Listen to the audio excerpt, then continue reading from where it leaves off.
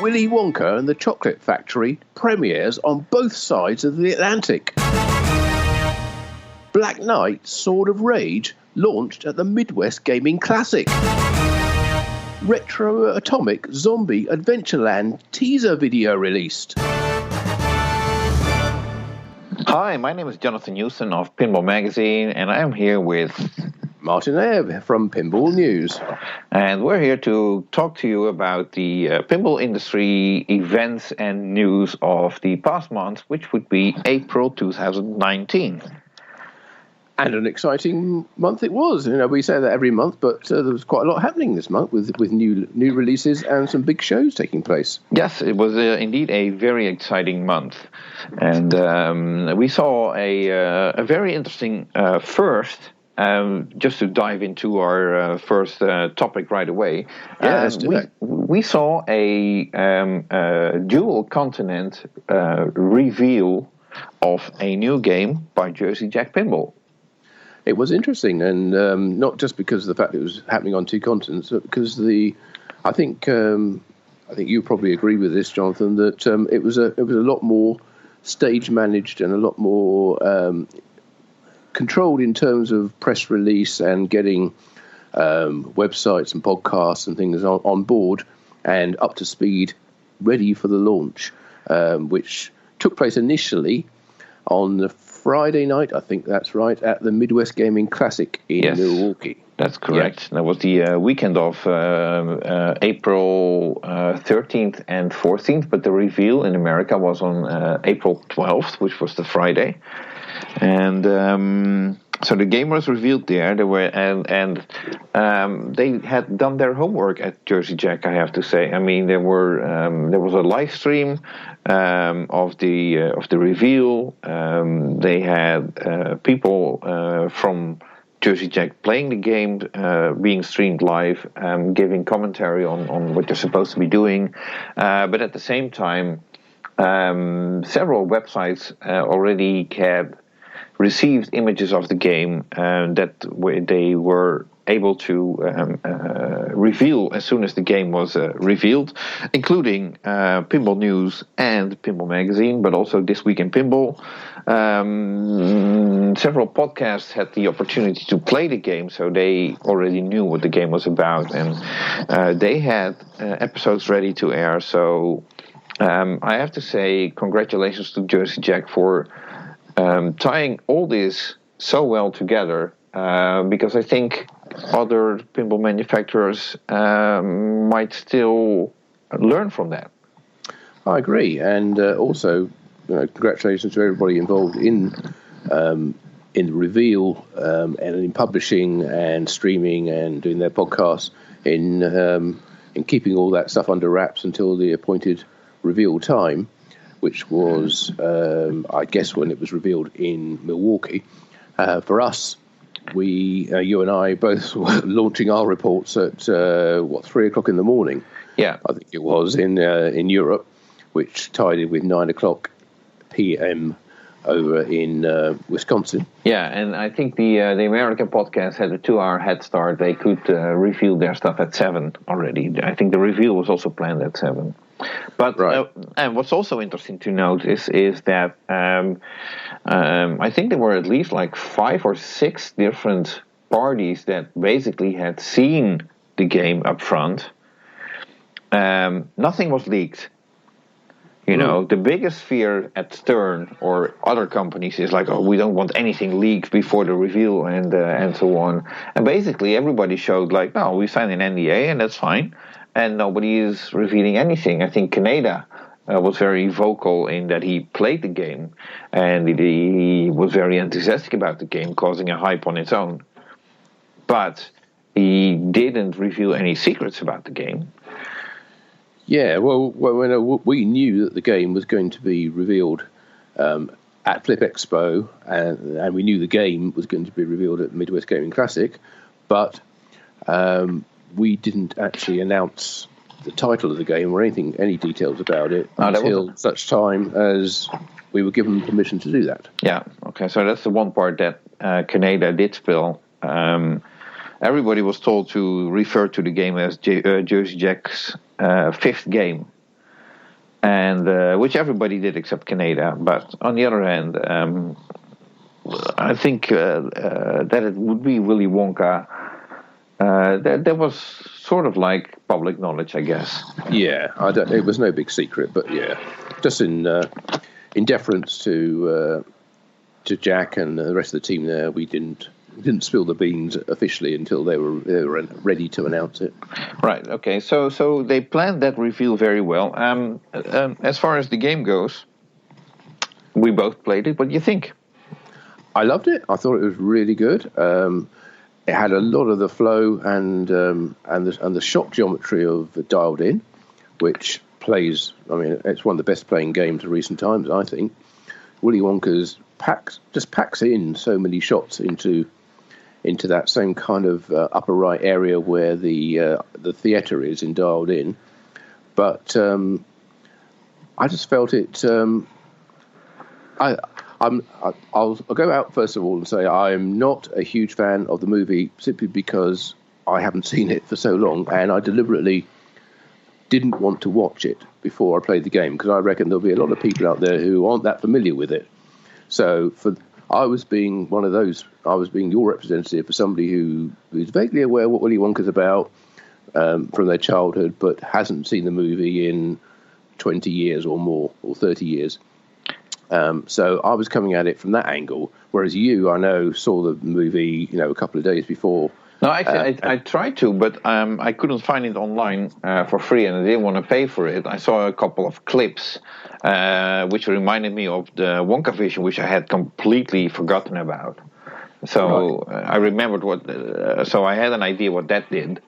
Else it would be a big blur for me as well. But I couldn't remember what that was. That didn't had no reference to that. But so I was coming at it as, how is this a game to play, even if you don't know the theme? Right. And from that point of view, I picked up the basic objectives very quickly.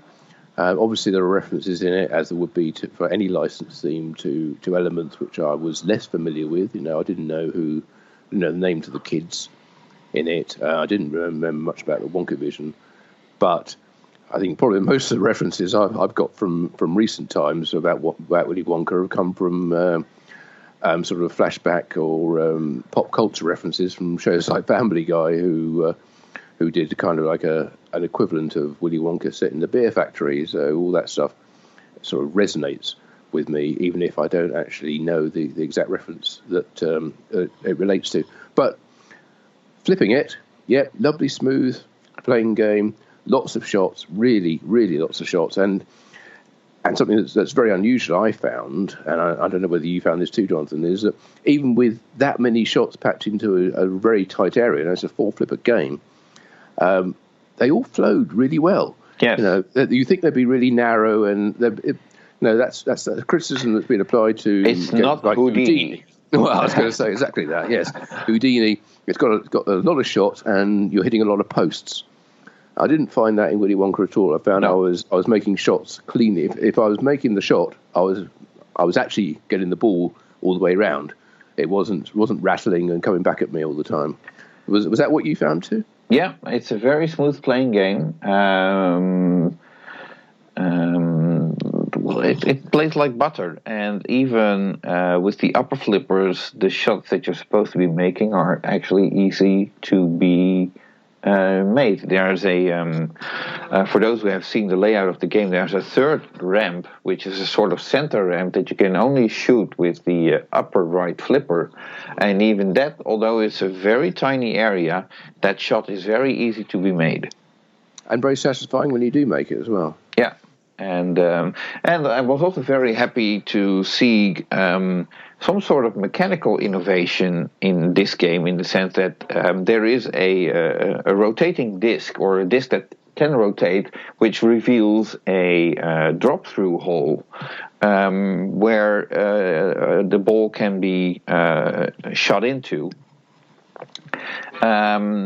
which I don't think we've seen something like that ever on a pinball machine before.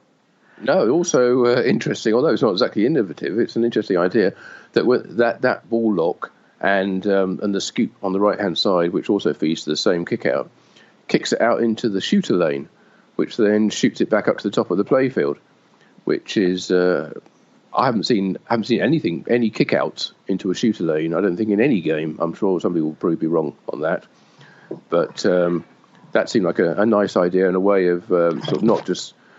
It's a safe eject, if you know what I mean. It doesn't throw it laterally across the playfield and down an out lane or anything like that.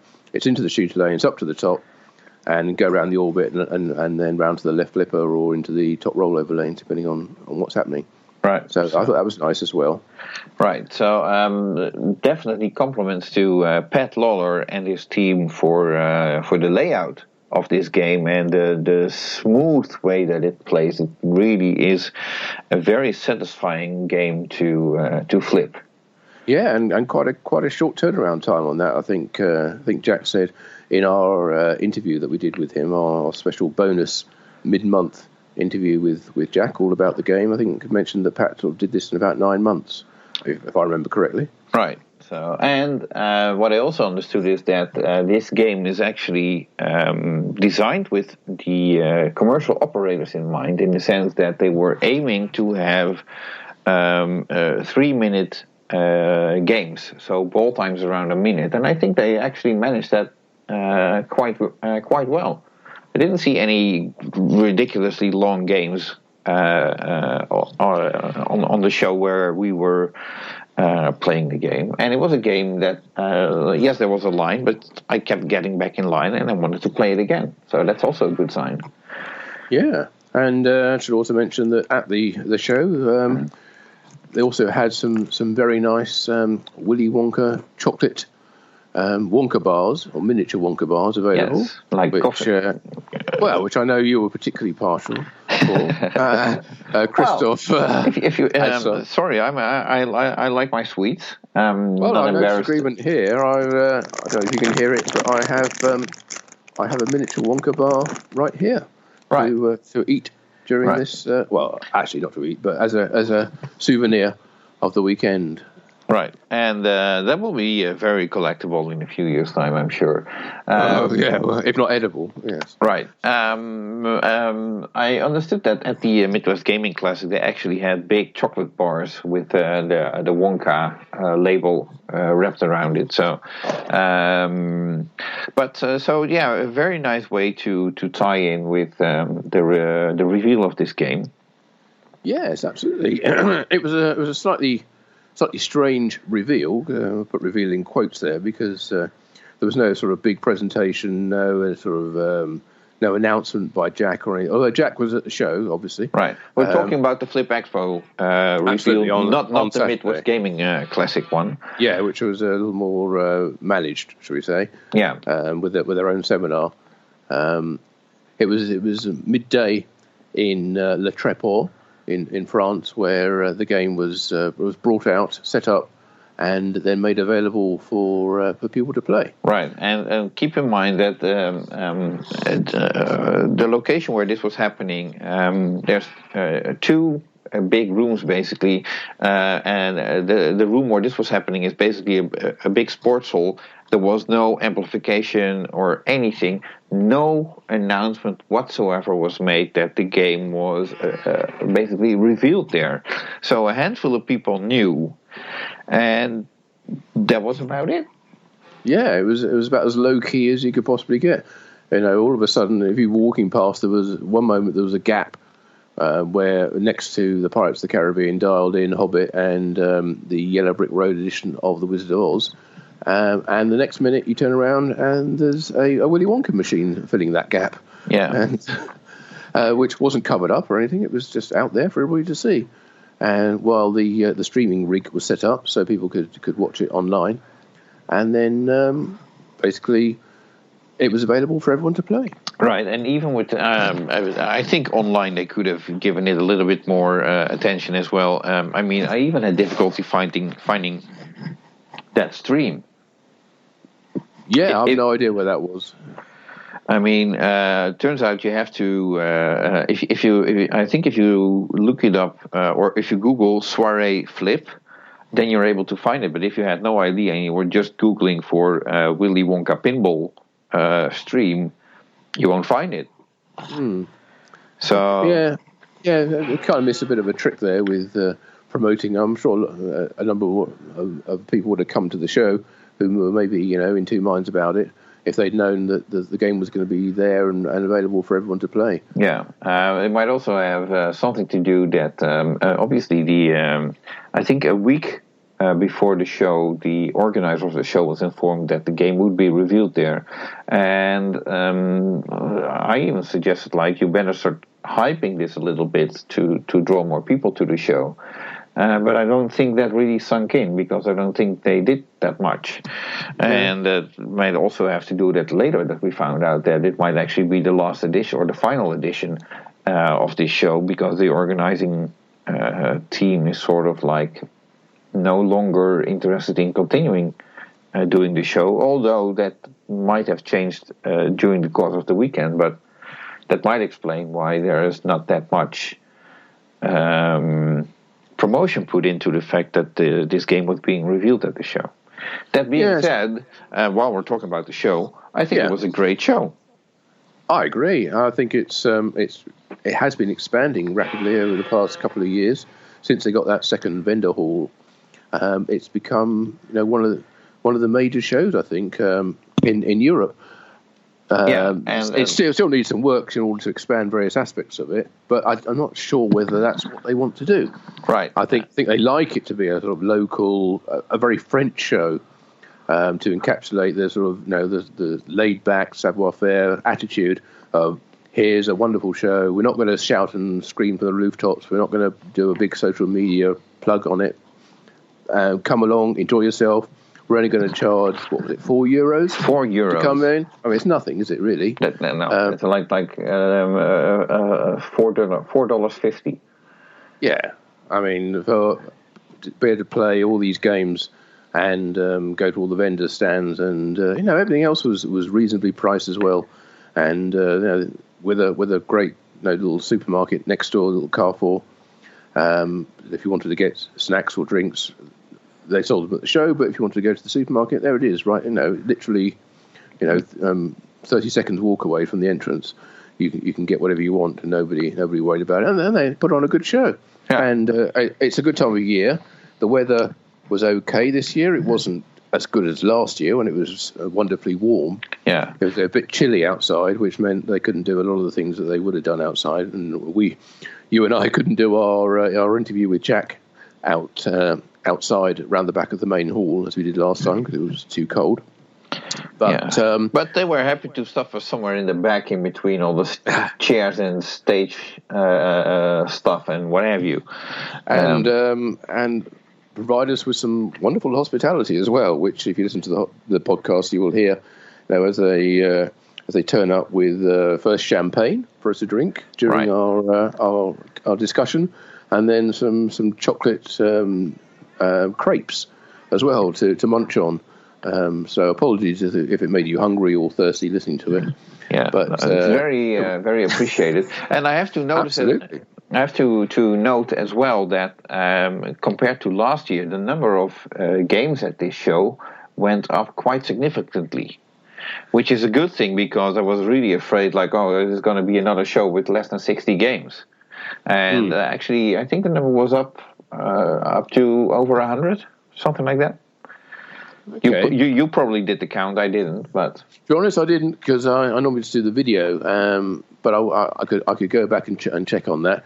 But interesting, quite a lot of the games, although we call it the vendor hall and the free play hall, quite a lot of the games are actually in the vendor hall rather than the free play one. Right. So the newer ones, shall we say, are in the vendor hall, and the ones which are brought by local collectors, enthusiasts, and supporters of the show are in the other hall. Right. Along with all the tournament machines as well. Right. So, but there was a dialed in the tournament lineup as well. So. Yeah, absolutely. Yeah, in fact, the final of the main tournament was held on it. Right. So, but all in all, a very very good show. You wrote a very in-depth report, which people can read on pinballnews.com, which I highly recommend. I was supposed to write a report as well, but after I saw what you did, I knew I'm not going to top that. So I was too busy with other stuff, so I was like, okay, I'll just send them to you. Fair enough. Thank you very much. Yes, it's quite as you say, in-depth. There's about 130 high-res pictures on there, and a video walk around, and of course links to our joint interview that we did with Jack, which I think is that's now back on Podcast Garden. Yes, is that right now? Because we had a little problem with that website. They had some issues with their security certificates, which meant that people couldn't get to it and we couldn't upload to it. But I think it's all back now.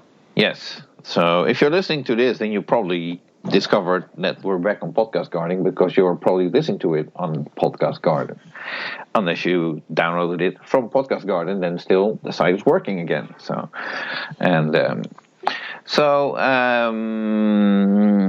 that's it, I guess, for. That's the Willy Wonka game. Yes. Yeah. Oh, there's one thing we have to mention. Obviously, we did record the bonus podcast in which we interview Jack Ranieri of Jersey Jack Pinball, but we had another guest as well. We did indeed, reporting live, semi-live from the other show as well. So that didn't kind of work out too well. They had some communication problems. Right. So people wondering, like, we finally had Gary Flower on the show. We did, yeah, kind of.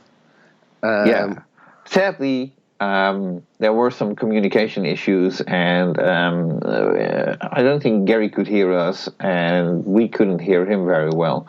So, but in order to solve that, we came up with a solution. So to bring Gary finally on the show, and God knows he tried so many times to get on the show, this time we'll be calling Gary. Yes, we're not going to take any more chances. Rather than risk missing his call, we're going to call him up right now and get him to report live from with his reminiscences of the Midwest Gaming Classic and everything that's happening. I'm calling him right now. So Stateside. Okay, I'm sure we'll better hear that any moment. Right. Okay. Yes. It's just a matter of waiting until he picks up his phone. Yeah, it's ringing. And that's good. Yeah. Okay. We can hear him. Can he hear us? I wonder. I should, as soon as he picks up, we'll find out if he can hear us. But okay. We did tell him we were going to call him, so he should be ready. Yeah. So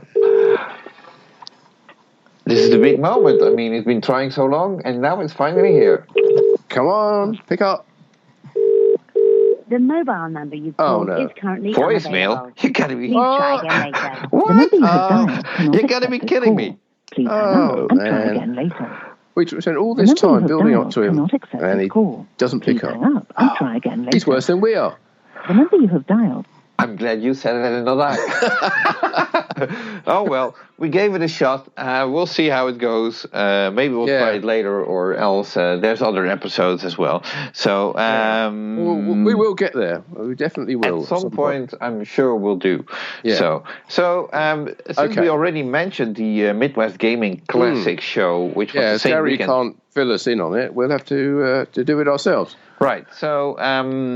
Well, the Midwest Gaming Classic was the show where Stern Pinball were revealing their Black Knight Sword of Rage game. And obviously the game had been sort of revealed on Facebook and Stern's website and all that kind of stuff, but nobody had a chance to play it.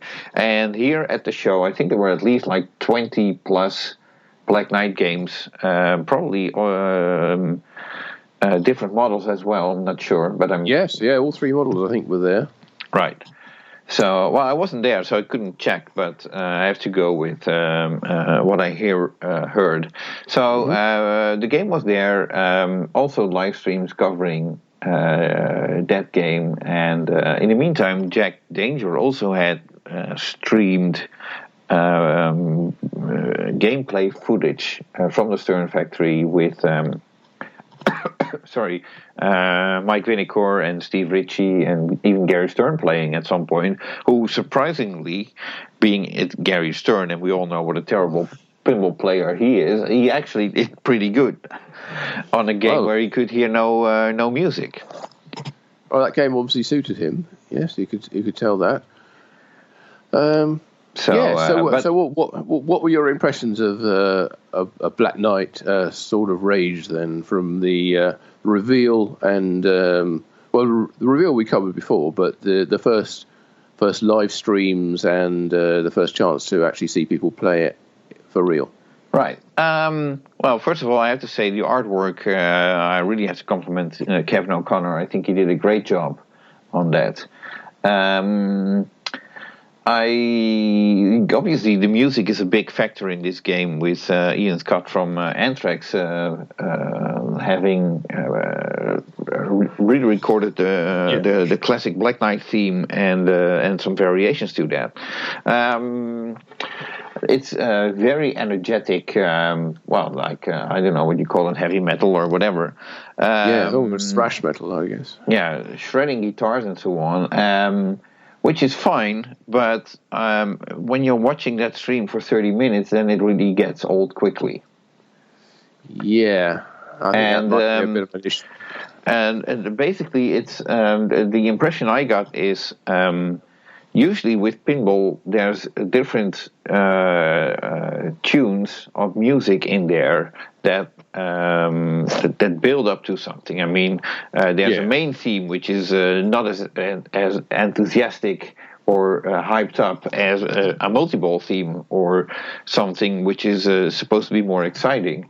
But here it was like everything is like, okay, pedal to the metal and it's just volume at 11 and go. Yeah, I think it's definitely a full-on, in-your-face game right from the very start. I think that's probably a good way of putting it. It's high pressure constantly. There's no easing up on that. As you probably as reasonable as if you're battling the Black Knight, you're not going to warm up to it. You have to get straight in there straight away and start fighting for your life. Right. And I guess that's what the game does. But you're right, there is a little change in pace that we've heard so far. I don't know whether that's going to change later. So that was one thing that I noticed that at some point got a little annoying with me, and it could also have to do with watching it on a live stream, and it might probably be different when you're actually playing the game. That being said, I was quite surprised. I mean, up front, the animations in this game were really talked up by the people working at Stern. Like, these were the best animations that were ever seen in pinball. Well, maybe at Stern Pinball, but even with that I probably disagree, in the sense that obviously they never watched a Jersey Jack game, because I think the animations on even Willy Wonka and but Pirates dialed in, you name it. Jean-Paul De Win set the bar very, very high, and without being wanting to be disrespectful to the animation team at Stern, if you have a game called The Black Knight, and you're supposed to be battling the Black Knight, then why are there sandworms and hell hands and other creatures that you have to battle? You're there to battle the Black Knight. I don't get that. I mean, I found it a little distracting and sort of out of place. I think this is something where the creative direction went a little overboard, like, hey, this is what we can do, let's do that. But just because you are able to do something doesn't mean that it's a good idea to do it. Mm-hmm. So okay. Well, let me counter your arguments a little, although not entirely, because I do agree with you in a number of ways. Certainly with games like Pirates of the Caribbean, Willy Wonka, in fact, all the Jersey Jack games, they're all licensed themes. So you have a bunch of assets you can work with, and a look and a feel which you are matching, which the movie gives you, and you have assets as well which are provided to you, which you can use. So I'm not saying that what JP De Win did, not trying to undermine that in any way and saying, oh, it was really easy, he was given all this stuff. It wasn't at all, because obviously he needed to create things. The one exception there, of course, would be Dialed In, Right. which is an entire original concept, which although based on TV news channels and God games, like SimCity and things like that. So there are references there you can use. With Black Knight, it is a completely original concept. So you do have to sell the idea to people. But to take your point on board and agree with you, I think it's clear that you've got a bunch of video game animators and designers working on this game who are producing some wonderful, top-notch video game animations and characters in the back box on the display. But as so many people often say, that's not where the game is. The game is on the playfield. So all this stuff that's going on, most of the players won't ever even look up and see any of these wonderful animations going up there, except when the ball's static. And on a game like Black Knight, the ball is not static very often. It's a battle game, as Steve Ritchie is famous for. So the ball's almost constantly in motion, except on the few times where you do lock the ball. So you're not going to see a lot of that stuff, which is a shame as a player. It's good for the spectators, sure. And I think the animations that they've done are excellent up there. But in terms of developing the theme and the story, as you were saying, it takes it off in a whole different dimension. It's almost like the Black Knight is a minor character in the movie, or in the game. Yeah, now. And it's a Black Knight universe has been created, almost like a Marvel universe, where he's just one of the people you have to battle amongst a whole raft of others. And right. I think his role is diminished. Obviously, he's there on the playfield in a big way, and none of the other characters are. They're only in the back box. But as far as the modes and the game go, there are a whole bunch of other characters that have been thrown in, which have no explanation. Right. To me, it almost felt like a sort of rip-off of Medieval Madness, where you have to battle different lords or whatever knights in order to get to the King of Pain. Mm-hmm. But these are in Medieval Madness. You're still battling. Basically, you're battling other knights, and now you're battling all sorts of aliens or whatever you are. And the other thing with Medieval Madness is it's funny. So exactly. you could forgive throwing in all these extra characters if they're all making you laugh.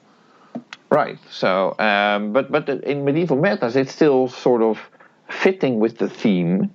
That you have this King of Pain, and he has his men, and they all have castles, and you're destroying their castles one by one. Still, that fits perfectly with the game.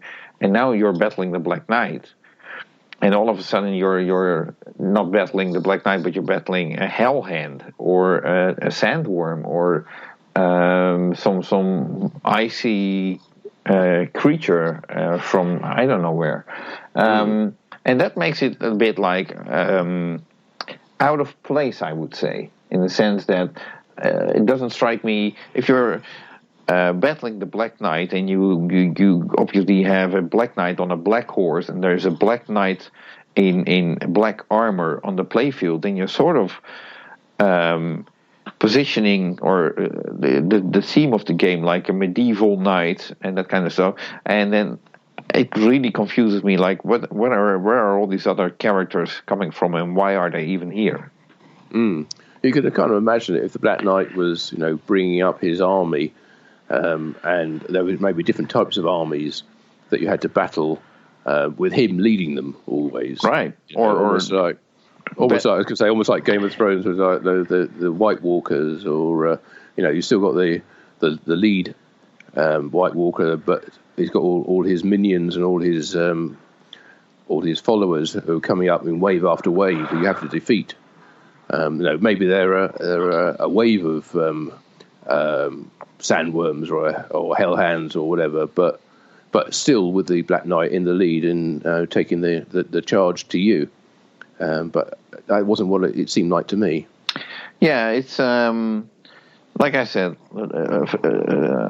I got the idea that the creative direction went a little too much overboard with this and forgot what the main who the main villain of the game basically is.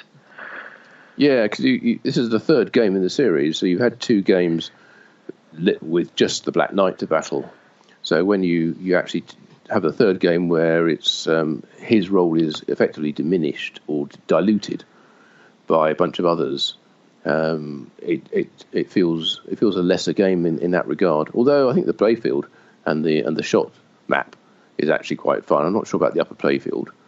I'm not sure whether there's anything much to do up there in the same way. No, on Black Knight 2000, I really like the upper playfield on that because the ball bounces around when it's going into the rollover lanes, the war rollovers. You can bounce it, and so it goes up onto the upper flipper, and you can have a shot at the target bank, the motorised target bank, or for the lock, or go around the orbit. And it seems when it hits the rollover, or when it comes down towards the flipper on the upper playfield, it kind of dies.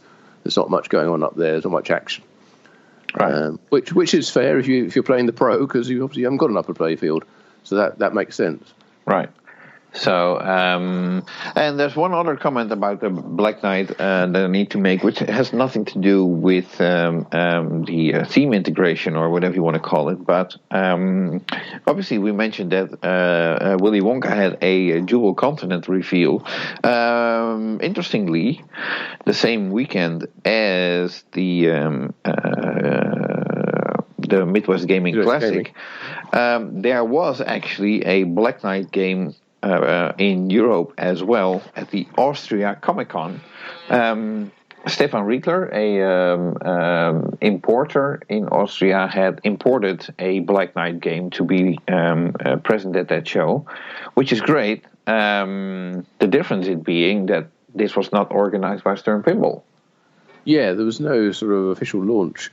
It was, I think, it was all Stefan's work in order to get the game there. And I'm not saying it wasn't supported, but there was no European launch over there at the time, which there could have been, because I think it's interesting. I don't know whether you feel the same, Jonathan, but I thought that originally I thought the Midwest Gaming Classic was just going to be the Black Knight show, really. They're going to have Marco going to be there with like 20 or 30 of these brand new games. It's Stern's big reveal of it, and then in the same weekend we also get the reveal of Willy Wonka, which I think kind of I don't know whether it detracted or whether are 2 reveals better than 1. For the show, probably, yeah. I think it must have drawn in more people. In the sense that the pinball people who were maybe hesitant or not sure about going, sure, it might help to know that there's 2 new games being revealed at that show. Interestingly, I think I think there couldn't be a bigger contrast between the 2 games. Absolutely, agreed. Yeah. If it wasn't just for the musical aspect, Willy Wonka has all this musical-like music from the movie, which reminded me a lot of The Wizard of Oz, actually. Mm-hmm. Versus the shredding guitars from Anthrax. Yeah, absolutely. I'd say Black Knight is a battle game. Steve Ritchie does battle games like nobody else, and Pat Lawler does flow games and stop and go as well, built into that. But he originally stop and go a lot, but I think he's added more and more flow to his games over recent times and made them a lot more accessible. I don't think it's all about trying to kill you all the time, whereas Black Knight is very much about trying to kill you, both metaphorically and trying to drain the ball in the shortest possible time. Judging from the videos I've seen of people playing, anyway, I haven't actually got my hands on one yet. So I'm looking forward to doing it. Yeah, same here. But it does seem like most of the major shots on that game are like halfway up the playfield. So the bash toy for the Black Knight, the flail, the shield, and the lock shot. Yeah. It's all in the bottom half of the playfield, so the ball's going to be coming back at you very, very quickly. Yeah. So, whereas I have to Willy say Wonka, long shots, no smooth shots, reasonably safe most of the time, although whether the ball times are any less, I would like to say.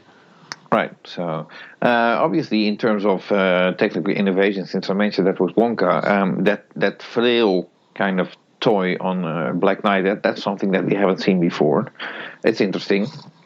Yeah, motorized.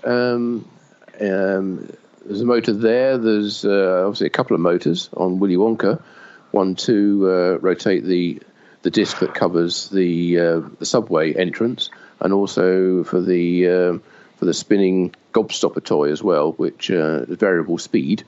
So various modes, the more you hit it, the faster it spins. Right, and 7 magnets on the playfield as well on Willy Wonka. 7 is just an absolutely bizarre, well, it's outrageous, really. They're not full-size magnets in the same way that we've seen them before. They are the mini magnets, which is another, I guess you could say, another innovative feature on that game, with LED circles around them as well, so you can see where they are and see when they're active,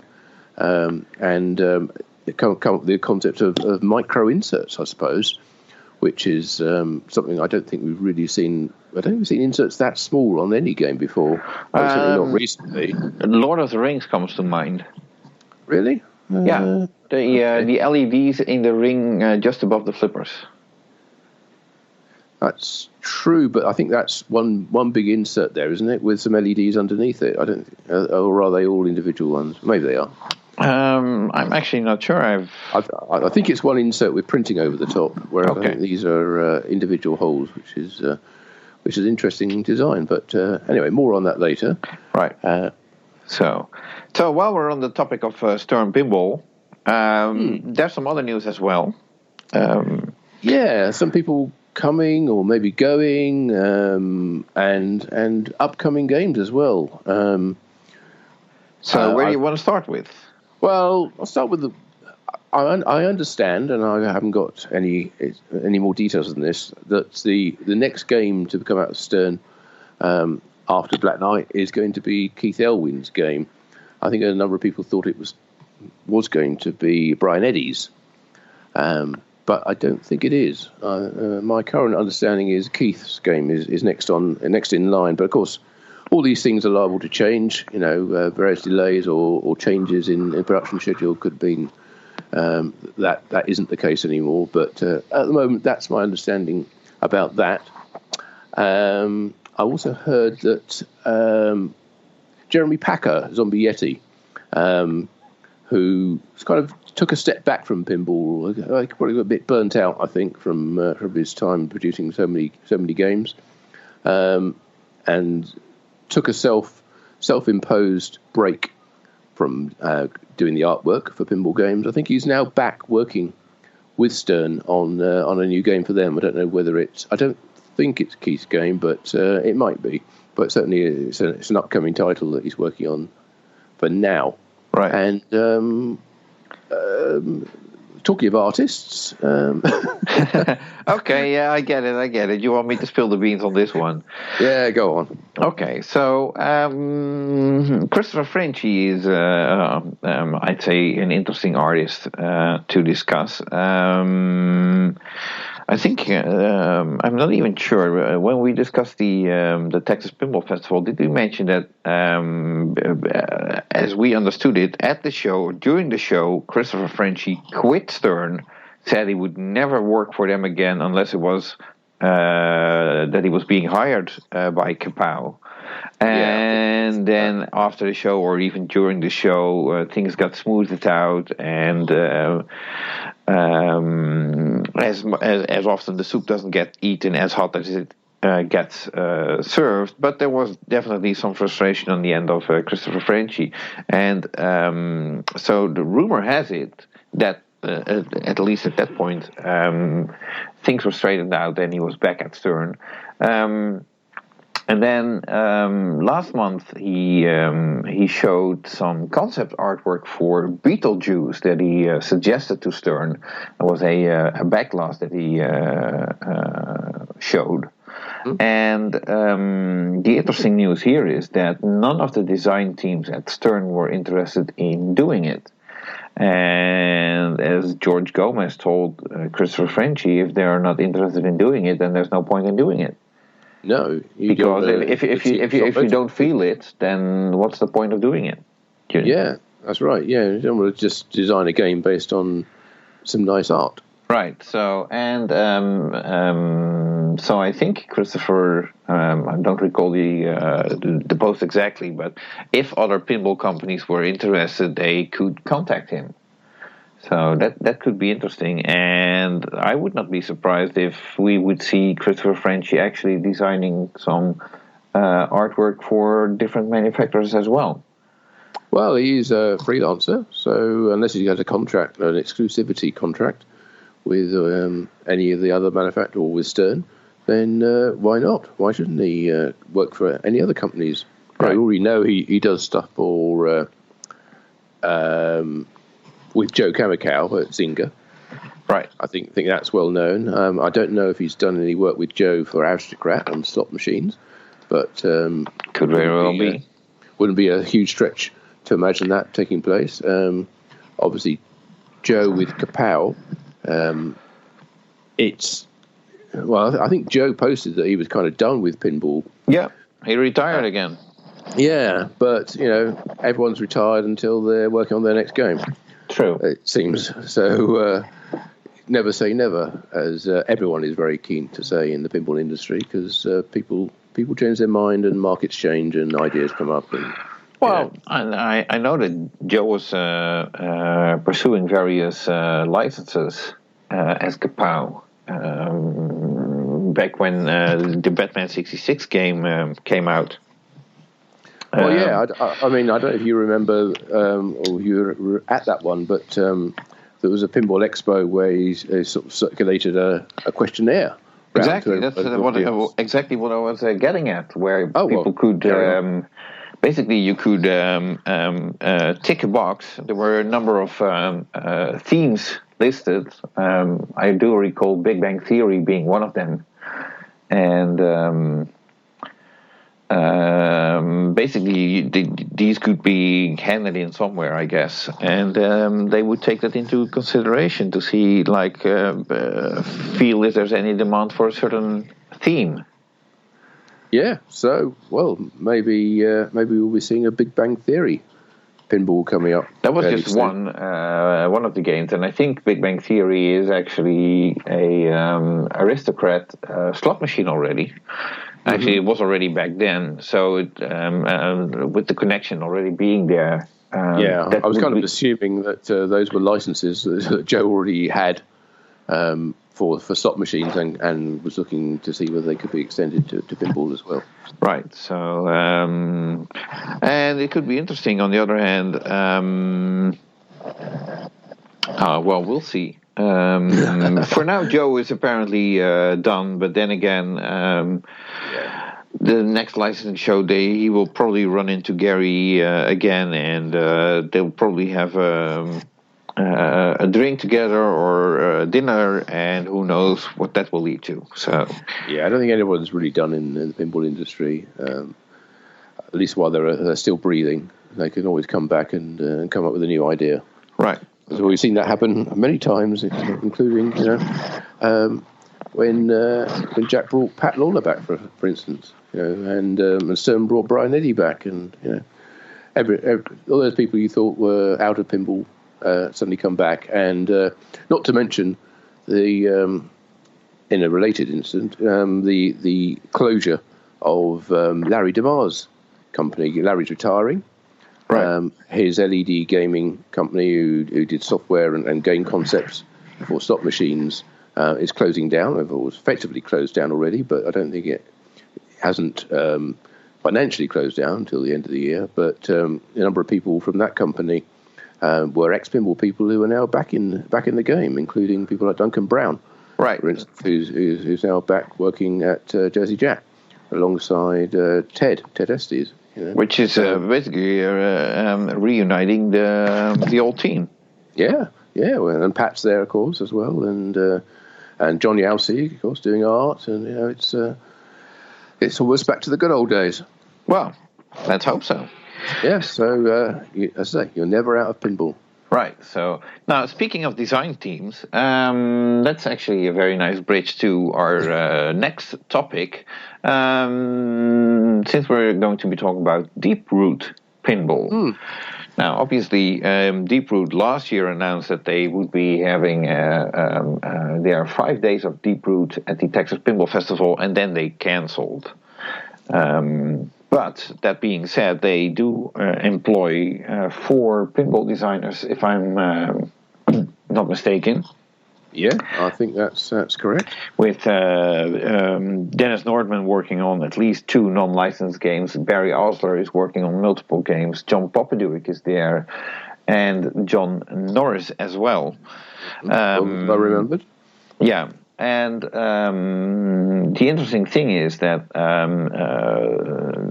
John Popaduic was the first designer who was, well, not officially announced as being a designer there, but people got news of it, and there was with the whole Zitware debacle, if you want to call it, about John not being able to deliver the games that he actually owed people. But was unable to build. Deep Root took it upon them to, at some point, deliver these games, and apparently those games were supposed to be delivered somewhere this year. Not sure whether they're going to actually do that, but the interesting news now is that there is a video teaser for a title that was formerly a Zitware title, Retro Atomic Zombie Adventureland. Yes, absolutely. I think there were at least 3 titles from John, with Magic Girl, Retro Atomic Zombie Adventureland, and Alice in Wonderland. So they'll be the 3 which he was believed to be working on for Deep Root. Magic Girl obviously has a history, a long history, and the other 2 do as well to a degree, in that people paid money for those, or paid deposits on those, or indeed paid in full in some cases for them, and then never received them. So there's the whole legal side of that going on. But Magic Girl was produced in a form, be it unplayable pretty much. So a number of those machines were delivered to owners, but it was thought, well, I certainly thought that Magic Girl would have been the first of the titles that they would have made from Deep Root, but it looks like they've skipped that for the moment and gone on to promote Retro Atomic Zombie Adventureland, which they have started the promotion process with as you say, a teaser video which kind of fills in the backstory to the game, or creates a backstory to it, I suppose, as up until now there's never been one. This is the game which actually started as a Ben Heck themed game. Right. But it was then rethemed after Ben and John were no longer associated, to be say. Right, so I'm trying to figure out what the name of Ben's game actually was. There was Ben Heck.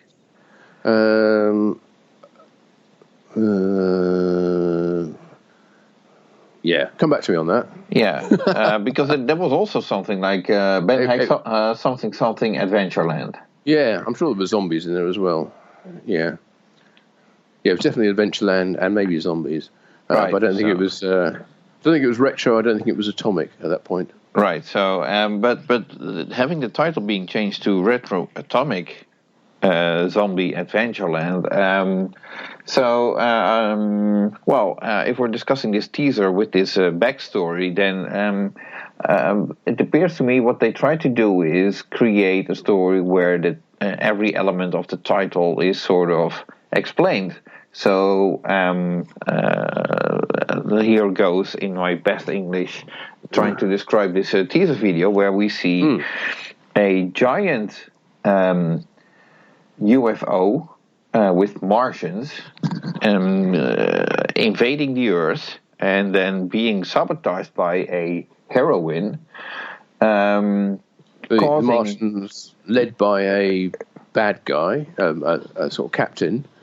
Right. called Ned, which doesn't really sound like a bad guy name, but anyway, carry on. Right. So, so this heroine sabotages their plans to invade the Earth, causing their saucers to crash, which happens to be in a amusement park, which is next to a nuclear power plant, sure, which happens to be based on a graveyard. Well, who can say they haven't been to somewhere like that? I know I have. Okay, well, I haven't. Maybe that's for the best. So, but, okay, it sounded a little bit far-fetched to me. I mean, it's not like, what type of game is this? Oh, this is a carnival game, or this is a soccer-themed game, or a baseball-themed game. No, this is a game themed about Martians invading a Adventureland based near a nuclear power plant, which is built on a graveyard. So it's stuffed with zombies. Yeah, no, sure. Like I said, I find it a little bit far-fetched. I do have to say that, so there is this video is completely animated, which looks very, very cool and very modern, I would say. Also a little bit cartoonish in the sense that it sounds like you're watching something at Cartoon Network, but that doesn't have to be a bad thing. So now I'm just curious how they are going to integrate that whole backstory into gameplay.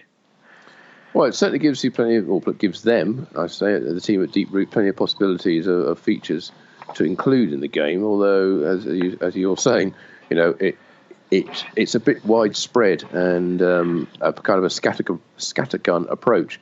In that, well, yeah, okay, we'll have aliens. I'm not sure they're necessarily Martians, but there's certainly aliens. There's zombies. There's a theme park. There's nuclear effects. There's a retro in there somewhere. We're not quite sure what the retro element is. I'd say, I figured the retro part is the aliens, and then probably depicting or using that in a sort of 50s sci-fi manner. Think Roswell and how that was used in movies and all that kind of stuff, and basically like Attack from Mars was apparently a parody on those type of movies and stories. Now, okay, so probably in that sense, but then again, I'm like, okay, with Attack from Mars, we had Martians invading the Earth. Everybody could understand. Okay, we have Martians invading the Earth. It's not like we have Martians invading an Adventureland near a nuclear power plant based on a graveyard. Yes. It may be spread, as I say, a scattergun approach and pick up as many different themes as you can. It's trying to combine Attack from Mars with The Walking Dead, Total Nuclear Annihilation, and Cyclone. Yeah, and a bit of Creature from the Black Lagoon thrown in for retro feel. There you go. And so guaranteed winner. Yeah. If you say so. So that's a little bit confusing. But then again, it might be the coolest game ever. It's certainly something that keeps us talking about it for 10 minutes or more. I think if it, as long as it doesn't take itself seriously, as long as it's light-hearted and throws in all these aspects and in a humorous way, and a bit like in the way that Futurama can dart around various themes and ideas, and and it's got strong characters who you emote with and care about, and don't just not give a damn about. Then I think it could possibly work. Right. So what I found very interesting is obviously this video was published on the website of Deep Root Studios, and on that same website you can take a look at their team, which is just the team of Deep Root Studios. So the pinball designers are no part of that, but these are just the people making animations and that kind of stuff. And I think that's like 40 people already there. And well, it makes you wonder whether they could be doing more than just a pinball machine. According to the website, they are doing more, and we already knew that the idea is actually that once they create an intellectual property, I think the plan is to turn that or to exploit that in as many ways as possible. So, Retro Atomic Zombie Adventureland could be a cartoon series that could be available for streaming services or Cartoon Network or whatever, what I understood is that they're trying to create some sort of intellectual property for all these titles and use that in these games and vice versa. Yeah, well, no reason not to. If you're coming up with original titles, and in most of the cases they are, you want to, I guess, turn them into some kind of animated or broadcast format. Gives you a lot more chance to expand and explain the story behind the games. If you rather than having a teaser video like that, if you had a 30-minute or with commercials in cartoon that introduced it, then that would be a lot more entertaining and get you more into the pinball side of it as well. It would be it almost sells it in rather than having a theme developed. Like Futurama, which goes off and becomes an amazing cartoon series, and then people say, let's have a pinball machine. Do them both in parallel. So, right. So the two, they coexist and they support each other in that way. That's a good idea. I think they've come up with a new means of actually theming or coming up with original themes and developing them, which are beyond just the game. Right. So it's a good idea. And there's actually there's a sort of collage of characters that they are apparently working on, so you can get an idea what kind of different characters are being developed by Deep Root. In the meantime, I did a quick count of the people listed currently on the Deep Root Studios website, and that's actually 38 people, so I wasn't that far off with my number 40. And that's just the studio. So, and then we're not even talking about the pinball designers and the mechanical engineers and all the people involved in that. So, and they haven't actually produced anything yet. They haven't sold anything yet. So all those people are on the books working away and without any income to support them yet. So there's a lot of investment in that business. So good luck to them. Right, yeah. It's going to be very interesting to see how they proceed, but from the looks of it, they might be there could be enough content to start their own network, I would almost say. Wow. Well, that'd be something. Yeah. Okay. I'll just looking at the points that we're going to mention. Just want to flip back to Stern and flip as in book, because we're still waiting on the 30 Years of Stern book. It was 30 years, wasn't it? It wasn't 25 or 35. I can't remember now. It's all so long ago. 30 years? 30 Years of Stern. It was 30 Years of Stern. Yes. For Paper Flock. Okay, they were or / are producing the book. I think this month that we're in, now, and looking at the clock, it's just gone midnight here and the 1st of May. So, I think May is when it was due to be released 2 years ago, so it is now officially 2 years late, right? In being published. No sign yet. It's going to be sent out to anyone yet. Is that reason for the celebration?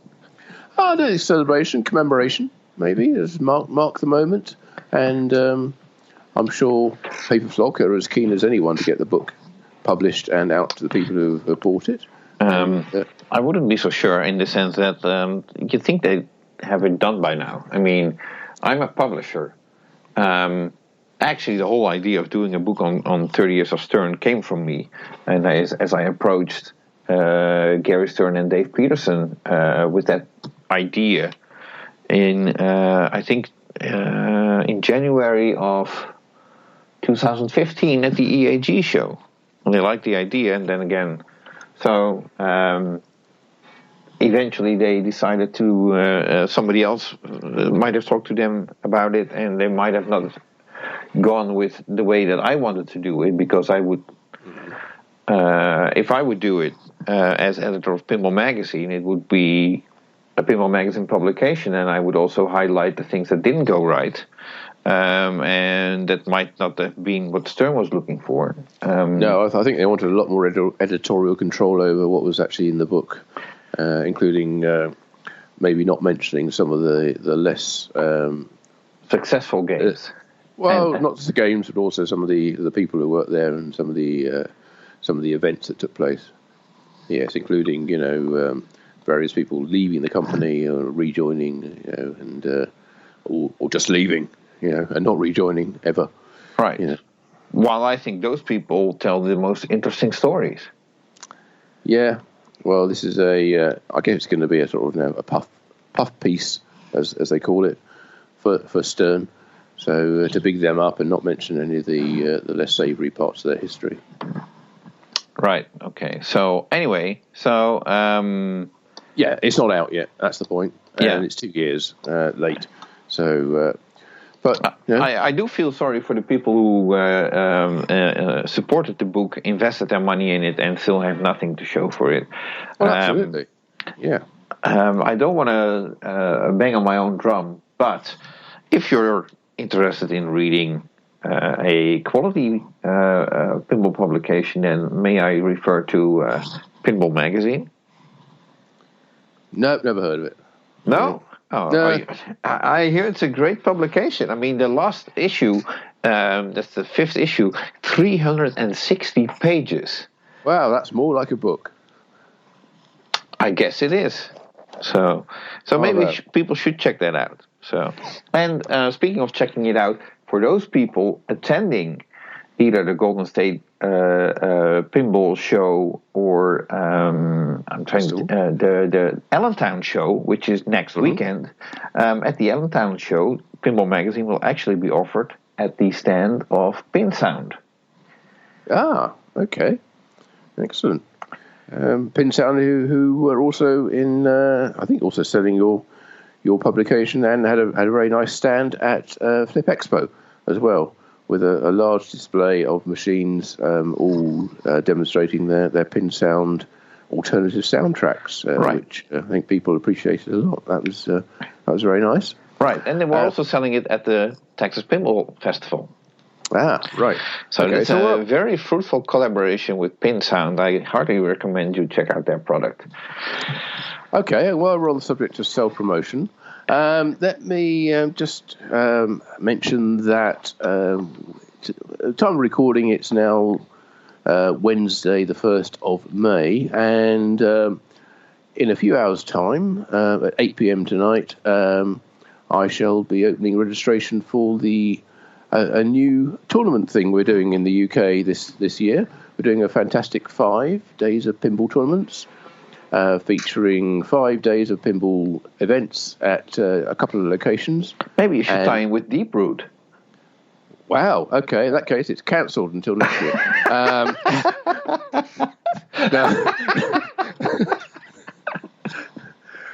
No, we're definitely doing it, and it's July the 17th to 21st, 5 days of tournaments, culminating at Flip Out London in South London. Basic point being that registration for this opens in a few hours' time on... if you want to sign up for it, if you want to come to London, only 80 places available, so you better get in quick. And 18 or 80? 80. Okay. Yeah. It was 18, yeah, that had to be getting very quick. At tournaments.pinballnews.com, a little bit later today, where the registration will be available. So that's the fantastic 5 days of pinball tournaments in London in July, and that's my self-promotion over. Okay. Even though it's not me running it, we have tournament directors. A couple of Matt Vince is running 3 of them, or 2 of them, I think, and Neil McRae running the other 2. And I don't know, I might run a Sunday tournament yet, but so I'm just an overall charge of that. But these are the guys who are actually going to be on the sharp end of events and making sure everyone has a fun time. Right. So, and is it just going to be tournaments, or are there other events scheduled as well? No, it's just tournaments. It's a tournament weekend. It's We have our UK show. UK Pinfest is later in the year in August at ukpinfest.com. So you can check that out. That's back in Daventry in the English Midlands. Right. But this is we're breaking the UK Open and UK Classic and out of that show, giving them their own location and adding another 3 tournaments to it as well, just to make it a really fun 5 days and bring it to London as well, where lots of people will say, why don't you hold the tournaments in London? Well, now we are. Okay. So, there's tournaments. Does it mean, or will there also be games on free play? And is these 5 days, are people who are not a tournament player welcome to come in and play some pinball as well? Or is it strictly for those 80 who registered and that's it? Well, there certainly will be free play machines available. And if at the first tournament's been held in a coffee shop in West London, where they have all the newest machines, and then we're moving over to our pinball club in South London, where there will be free play machines as well, and as well as a classics tournament as well. So which is a lot more relaxed than the main tournament.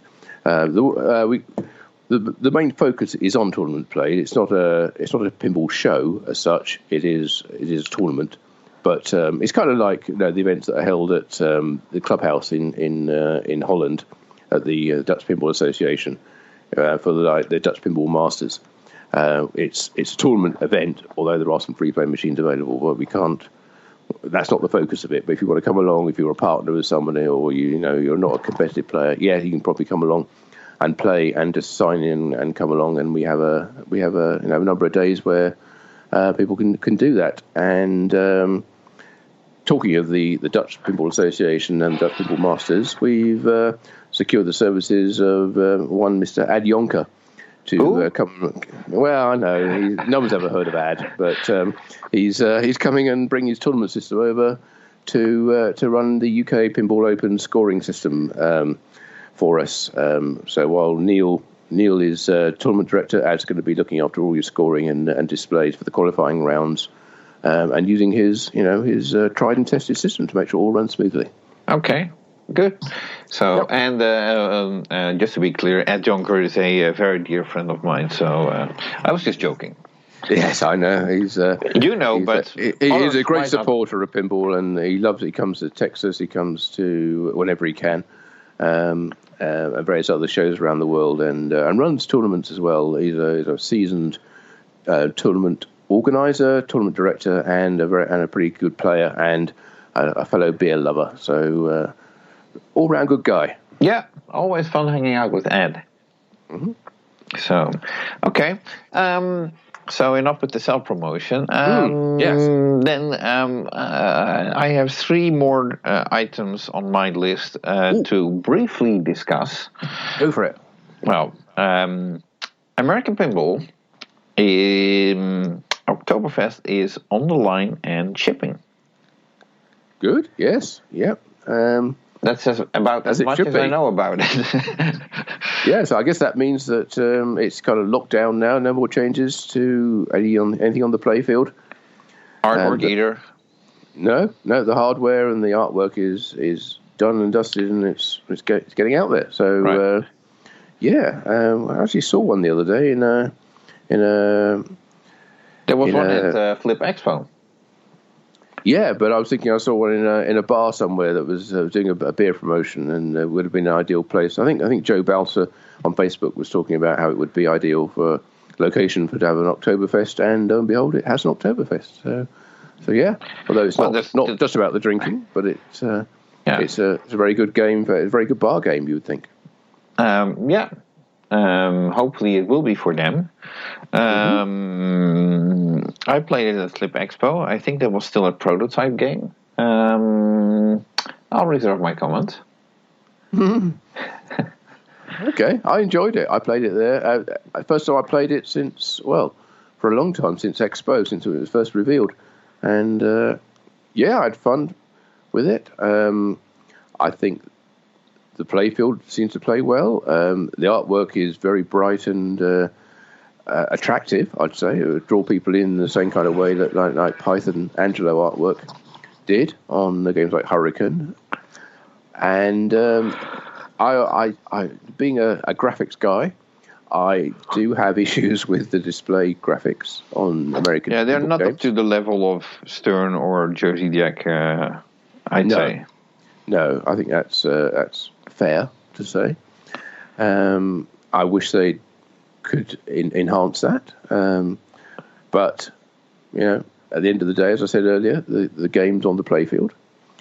I just don't like to look up at the display and sort of inwardly cringe. But then, right.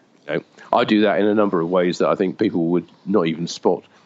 That's the thing that gets me about a lot of colour DMD games or displays. I look at them and I see this, yellow text with purple text underneath and green text underneath that, and I'm thinking, oh my god, why on earth did you pick those colours? And that makes me cringe, and everybody else goes, "Oh, look, lovely colour." So I think I'm probably different in the way that I look at games to other people. But there you go. Can't blame you. I think it's best for me to reserve my comments. I also played Oktoberfest at the Texas Pinball Festival, and because I did, I actually noticed that at the game in France, not everything was functioning correctly or as it was functioning at the Texas show. So my most recent memories playing that game were basically the game wasn't working as I was expecting it to work. I think skill shots were not enabled, and some other things were not working as good as they were. I think even one of the flippers was having some issues, so that sort of killed the fun in playing it for me a little bit. But I still say that I like it far more than Houdini. So yeah, I think I prefer the artwork on Houdini, but yeah, I know what you're saying. I had a little funny story to share about. I was playing a 4-player game. I think I was playing with Ad actually, amongst other people, and I'm not sure if one of the stand-up targets was not registering or was registering too frequently, shall we say. But the end of the ball, when the ball drained, it sort of counts up the number of ducks that you've collected by hitting the stand-up targets. And I think I got such a large number of ducks. It sort of draws all the ducks across the screen. But it was drawing them, and there were so many of them that they were basically drawing on top of each other. And they were kind of like 1 pixel from one duck to the next. They were all overlapping, and there were so many of them that it got sort of like halfway across the screen. And for every duck it does, it goes quack. So you're going quack, quack, quack, quack, quack, quack, quack, and do this like 100 times. And no hurry up possibility whatsoever. No, you press the flipper buttons and it doesn't speed up at all. In fact, I tried it. I pressed the flipper buttons to try and speed it up, and the game crashed and reset. So, so you broke it. Game. Well, it was a 4-player game. It was sorry. So yeah, basically, I think it has a limit on the number of ducks it can count up. So there you go. Josh and guys at American Pinball increase the number of ducks that it can cope with for situations like that, because obviously I think it probably had something like, I don't know, over 1,000 ducks collected, and that's enough to kill the game. So there you go. So, but we still laughed and we still had fun. Right. Okay. I got 2 more notes. I'll do this one and then you'll do the last one. Brian Allen, who is the artist that you might know from the limited edition Alien backglass that he did for Highway Pinball. I think we mentioned last month that he did an alternative back or translite for Monster Bash, which was loosely inspired by the original translite, I would say, but then in his own style. And apparently he was summoned that needed to be licensed from Williams, and I just got word from Brian that that is now all settled, and that the the Translite will be available soon again through official channels, I believe, even. So that's good. So that's good. Yeah, it was a very attractive reworking of the original. And I'm saying this, I'm looking at a Monster Bash poster hanging on the wall that features the characters. But the one that Brian did was on the Back Alley Creations stand at the Texas Pinball Festival. And I think a lot of people looked at that and basically saying, wow, that looks amazing. It's a lot more edgy and a lot more, well, scary, I suppose, as monsters probably are meant to be, rather than sort of rounded faces. They're a lot more angular and a little more frightening and sharp, I think. And people thought, oh, that's good. I don't think it was actually, it wasn't in the game, it was in a light box, I think. And I'm not sure people necessarily knew whether or not it could be put in a game, whether it was even the same size. But it did look great, and it's actually, you can see it in the Texas Pinball Festival report that I did on the Back Alley Creations stand, where I go through all the vendors in the vendor hall. It's not featured directly, but you can certainly see it and see what it is that they had there. And I think it's great work, and it deserves to see the light of day and be out there. And does it need licensing? Well, we can have this discussion. It's derivative of the original, I would say. So maybe it does, but either way, it does look absolutely. It's got wonderful colours, strong colours, and it's just a sort of more amped up and vibrant version and edgy than the original. I think it was was it $225 or something? I think something like that. Originally, I think it was a limited edition. I'm not sure whether it still is. I do know that Brian will actually be selling these at the Allentown show next weekend. So if you're going to that show and you want to see the artists who created this, or even get a Translite yourself, then here's your chance.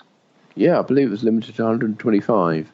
That was the original production run, but there's also a nice, I think it was a nice black and white sketch as well, a framed sketch, a smaller version from which it was based.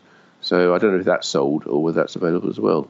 So basically, a print of those would be very nice just to hang on your game room wall, even if you don't buy or don't even have a Monster Bash. Right. But good.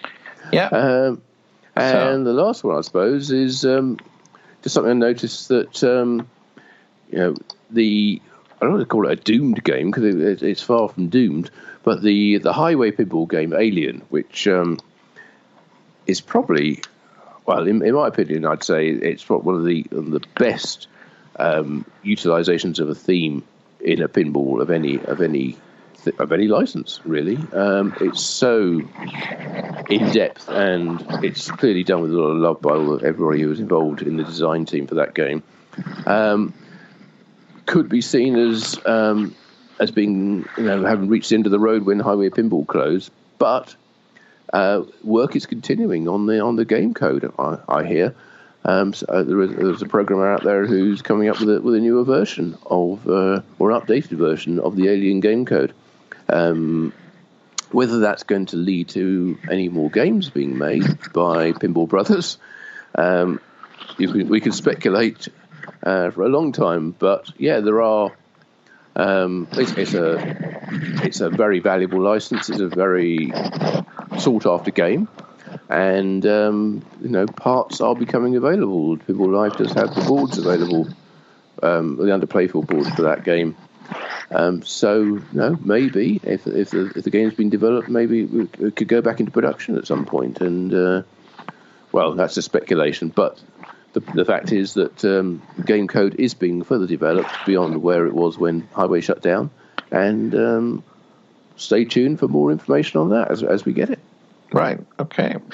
I guess that rounds it up for the I think news. it probably does. Yeah. That for the news that we are bringing you from recapping the pinball industry news of April 2019. But please do join us next month for another episode of our Pinball Magazine and Pinball News podcast.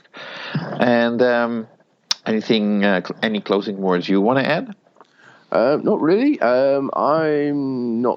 I don't currently have any overseas shows to go to, but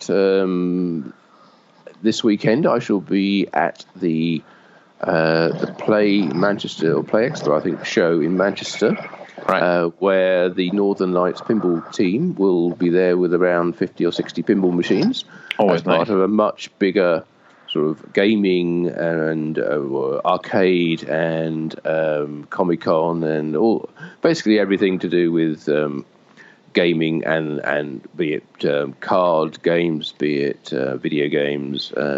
Cosplay as well? Cosplay as well, yeah. Still time to come over, Jonathan. Oh.